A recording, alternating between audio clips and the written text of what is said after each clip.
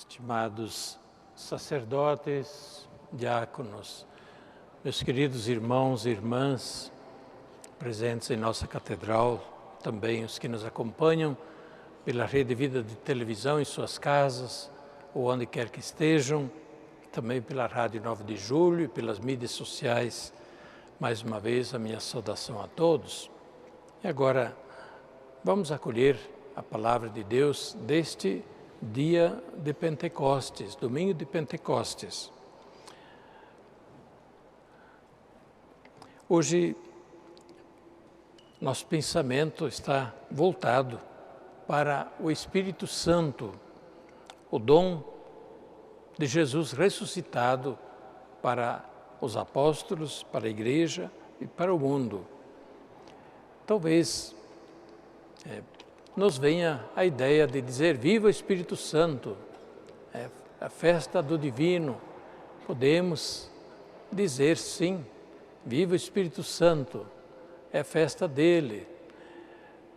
Mas é mais do que isto. É a nossa festa, é a festa da igreja. Hoje, de fato, é o aniversário da igreja, dia em que a igreja nasce, a igreja, mediante o dom recebido do alto, o dom do Espírito Santo, a igreja começa a realizar a sua missão. Os apóstolos e demais pessoas que estiveram até este momento com medo, escondidos até, mas em oração à espera do cumprimento das promessas de Jesus, do envio do Espírito Santo.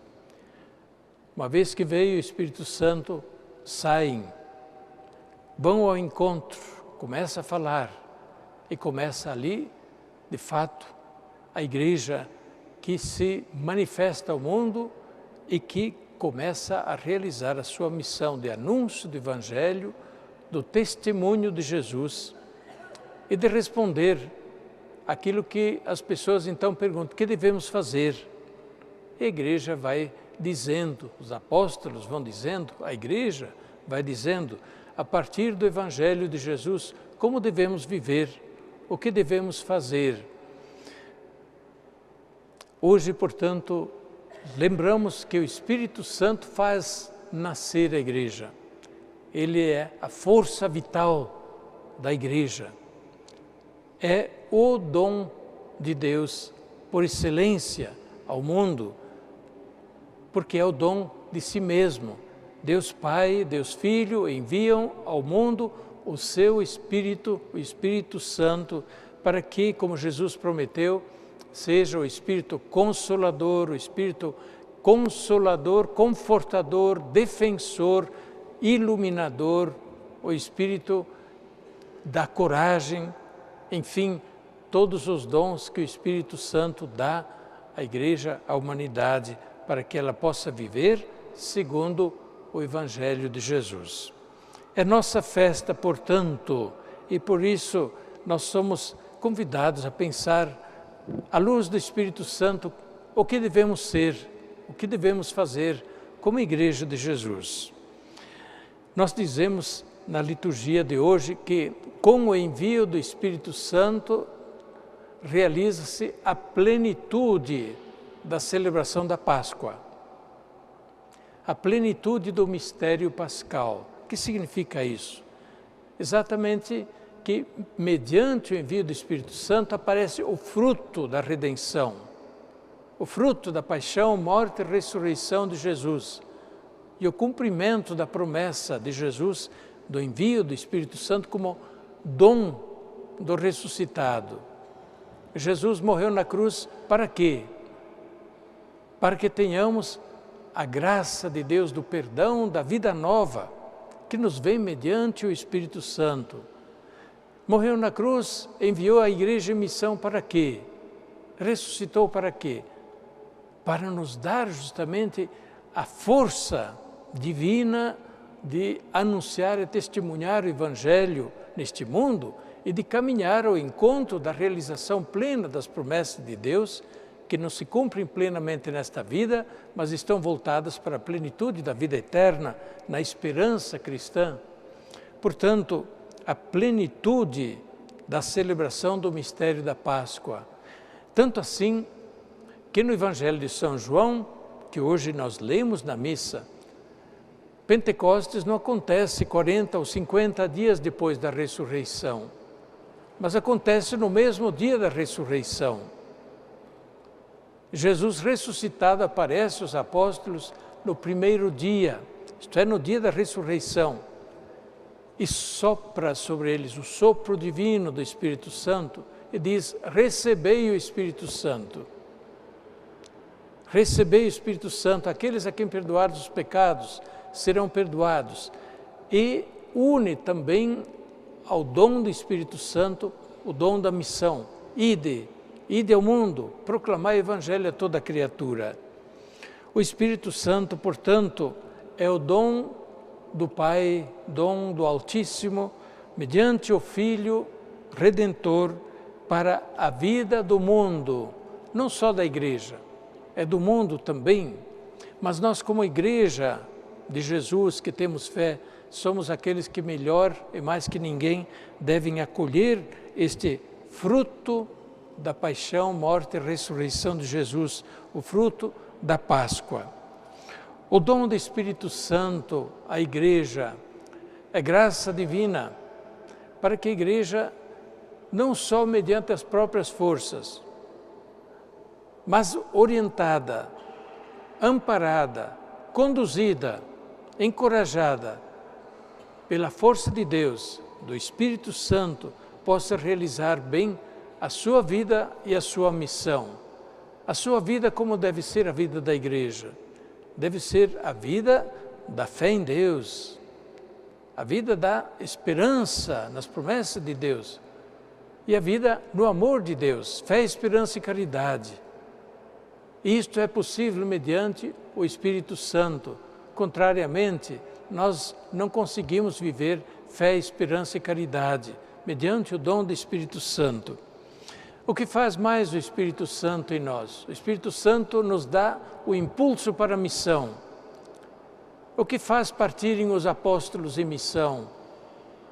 O que faz os mártires testemunharem com o próprio sangue derramado o nome de Jesus e a sua ressurreição, senão a força do Espírito Santo? O que faz ao longo dos tempos, os teólogos grandes da Igreja, os papas, os pastores da Igreja, proclamarem e defenderem os mistérios da fé com segurança e integridade, sem desviar-se dos ensinamentos dos apóstolos, é o Espírito Santo. O que faz partir os missionários hoje para o mundo e em todos os tempos, mais uma vez é o Espírito Santo. O que faz cada um de nós manter firme a fé, professar a fé, rezar, praticar o bem, manter-se na dignidade da vida dos filhos e filhas de Deus, a não ser a força do Espírito Santo. Por isso, meus queridos irmãos e irmãs, hoje nós recordamos a importância do Espírito Santo para a nossa vida como cristãos e a nossa vida como igreja.